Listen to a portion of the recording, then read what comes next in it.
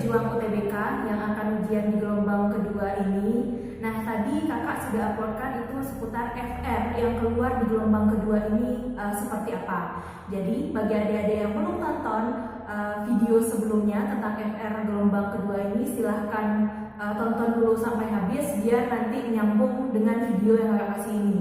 Oke, bagi adik-adik yang belum subscribe, silahkan subscribe channel ini. Dan bagi adik-adik yang sudah subscribe, tetap terus ikutin Yusfika Channel karena kita akan berbagi info seputar perguruan tinggi, ujian mandiri, sekolah kedinasan, dan dunia perkuliahan itu seperti apa. Jadi jangan adik-adik jadi cupu masuk kuliah tahun ajaran baru ini. Oke? Nah, untuk hari ini kakak cuma akan berbagi trik, berbagi trik seputar FR yang keluar di gelombang kedua ini. Nah, FR di gelombang kedua ini nggak jauh berbeda dengan FR yang keluar di gelombang pertama. Jadi kakak di sini hanya ngasih trik adik-adik bagaimana sih adik-adik bisa jawab soalnya itu dengan sempurna, nggak kewalahan dengan waktunya. Lalu yang pasti adik-adik harus dapatkan skor yang tertinggi untuk mendapatkan PTN yang adik-adik sudah pilih. Oke, yang pertama kita lihat dulu yang untuk trik soal TPS yang khusus ada teks. Nah, mungkin adik-adik udah dapat gambaran di Yusfika Channel pun kita udah banyak uploadkan model-model soal itu terkait FR di gelombang 1. Jadi bagi adik-adik yang baru subscribe channel ini, baru cek channel ini, lebih baik adik-adik cek dulu video-video yang sudah kami uploadkan karena itu sangat-sangat berguna sekali. Kenapa? Karena para sahabat Yusfika Channel yang telah ujian di gelombang 1 itu banyak yang bilang FR atau soal-soal yang kita uploadkan itu banyak sekali yang mirip dengan ujian mereka. Jadi jangan adik-adik sampai misal tidak ngikutin video kita ke semua video kita. Oke. Nah, kita lihat kalau dia ujian TPS ini yang ada teks itu pasti ada penalaran umum, lalu ada PPU, lalu ada PBM. Oke, lalu bahasa Inggris juga akan ditampilkan teks. Nah, Kak, gimana sih cara memahami teks? Saya bosan kalau baca teks banyak-banyak itu. Oke, sebenarnya mudah. Jadi teks itu jangan adik-adik baca duluan. Kalau adik-adik baca soal itu, teks itu duluan atau wacananya yang dibaca duluan, pasti bakal kehabisan waktu hanya untuk bahas soal saja. Tapi bacalah soal dulu. Nah, yang di soal itu pasti akan ditanyakan nanti paragraf utuh. Kalau dia tanyakan paragraf utuh, biasanya bentuk pertanyaannya itu adalah dari teks di atas mana sih pernyataan yang benar atau salah. Kalau pernyataan yang benar atau salah dari sebuah teks, otomatis adik-adik harus paham ke semua isi teks. Kalau paham isi semua teks harus baca dong Kak? Enggak lah, adik-adik hanya cukup memahami per paragraf aja. Misal, paragraf 1 itu dia bahas tentang apa, paragraf 2 tentang apa, paragraf 3 tentang apa. Ya udah, lalu cek ke optionnya, A, B, C, D, E-nya. Mana sih yang merujuk ke pernyataan yang benar atau tidak benar berdasarkan teks, dan gitu aja. Lalu kalau pertanyaannya misalnya apa sih kesimpulan dari paragraf 2? Ya udah, langsung cek ke paragraf 2 yang mana dia kesimpulannya. Oke, kalau untuk menentukan kesimpulan dari paragraf itu berarti kan tidak bisa kita menyimpulkan untuk keseluruhan paragraf. Biasanya kalau untuk keseluruhan paragraf yang disimpulkan itu berarti biasanya di akhir paragrafnya udah dikasih. Namun kalau dia hanya menanyakan kesimpulan dari paragraf 1, paragraf 2 atau paragraf berapapun, berarti harus baca kesemuanya baru kita dapat kesimpulannya. Itu dia kalau yang untuk teks. Rata-rata di teks itu apakah itu PU, PPU atau PBM, itu kan soal yang ditanyakannya mirip. Bahkan itu dari teman-teman adik-adik yang sudah ujian di gelombang 1 dan ujian di gelombang kedua hari ini Senin tanggal 20 Juli, itu mereka nggak bisa membedakan yang mana sih soal PU, yang mana sih soal PBM, yang mana sih soal PPU, karena dia semuanya ada bahasa Indonesianya. Jadi nggak jelas lagi yang mana per subtes dari TPS itu. Jadi adik-adik jangan khawatir, intinya tetap tenang waktu baca soalnya. Jadi fokus hanya ke pertanyaan soal. Jangan sekali-sekali adik langsung membahas yang teks yang panjang itu, karena di gelombang kedua ini katanya teksnya itu lebih panjang. Oke, teksnya itu lebih panjang. Jadi jangan fokus hanya kepada uh, teksnya, jangan baca teksnya, tapi fokuslah kepada soalnya. Oke, itu untuk gambaran umum soal PU dan PU, PPU dan PBM. Jadi trik menjawabnya adalah langsung ke poin soal yang ditanyakan. Oke, lagi itu mungkin ada kebingungan dan kewalahan karena nggak bahasa kita Kak. Kalau bahasa Indonesia bisa lah dinalar-nalarkan Kak. Pasti kayak gitu jawaban rata-rata adik-adik yang nggak menyukai yang namanya bahasa Inggris. Namun sebenarnya bahasa Inggris ini juga ada triknya. Trik yang pertama itu adalah fokus lagi ke soal, karena kalau untuk teks apapun itu jenis teksnya, apakah itu teks bahasa Indonesia atau teks bahasa Inggris yang disajikan, yang penting adik-adik fokus ke soal dulu. Oke, kenapa? Karena dari soal itu bisa kita mencari apa sih sebenarnya yang dibahas dalam teks gitu. Nah, kalau bahasa Inggris itu kan dia biasanya nanyakan main idea dari sebuah paragrafnya.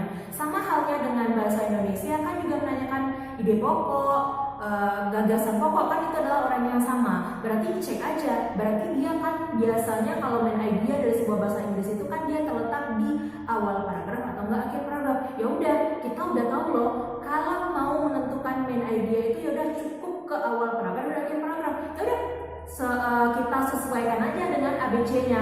Mana sih di ABC itu yang mengandung ada mengisi paragraf awal paragraf atau akhir paragrafnya, udah gitu aja. Walaupun kita nggak tahu loh apa yang dibahas di teks itu nggak masalah. Lalu di bahasa Inggris ini dia menanyakan sinonim dan antonim. Nah, kalau sinonim dan antonim dalam bahasa Inggris ini kan ini memang susah kita menentukan, apalagi kalau kita nggak tahu arti yang ditanyakannya. Nah, dia menanyakan sinonim dan antonim dalam bahasa Inggris itu kan ada dalam teksnya. Nah, dari sekian banyak teks itu nggak mungkin kan kita nggak tahu sama sekali arti yang ditanyakan dalam teksnya.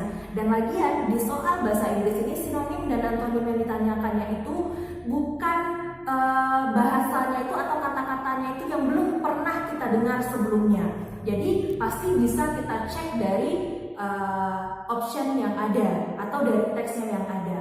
Nah, tadi kakak lupa bilang kalau di bahasa Indonesia kalau di penalaran umum dan PPU itu juga ada keluar soal sinonim dan antonim. Oke, di soal sinonim itu misalnya untuk dalam kalimat itu kan sebenarnya mencari sinonim itu adalah kita mencari persamaan katanya. Tetap rujukan kita adalah KBBI. Nah, kan sinonim itu ada kata-kata yang memang tidak pernah kita dengar sebelumnya. Berarti cara mencarinya gimana? Ya udah kita cek ke kalimat atau teks yang ada. Berarti itu hanya pembantu, bukan dalam kalimat menjadi patokan untuk menentukan dia sebagai sinonim. Tapi bisa kita yang mengarahkannya itu adalah dari teks yang ada.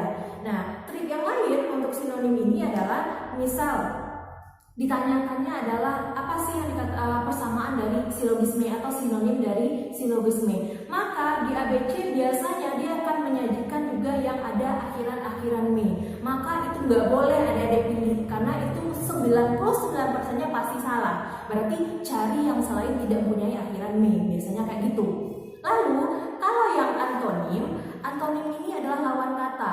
Berarti kalau untuk mengetahui lawan kata otomatis kita harus tahu dong sinonimnya apa gitu kan.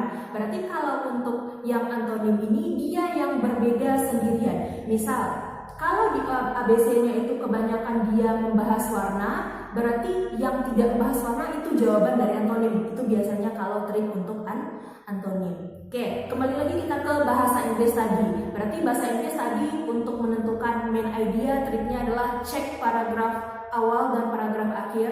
Lalu untuk antonim dan sinonimnya berarti kata-katanya tidak sulit atau tidak pernah kita dengar sebelumnya, bukan seperti itu.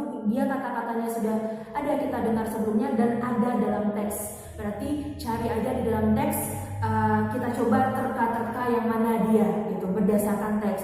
Lalu di bahasa Inggris dia juga kasih itu tentang ada kata-kata yang di bold. Jadi kata-kata yang di bold itu dia rujukannya kemana? Misalnya dia menunjuknya adalah Z.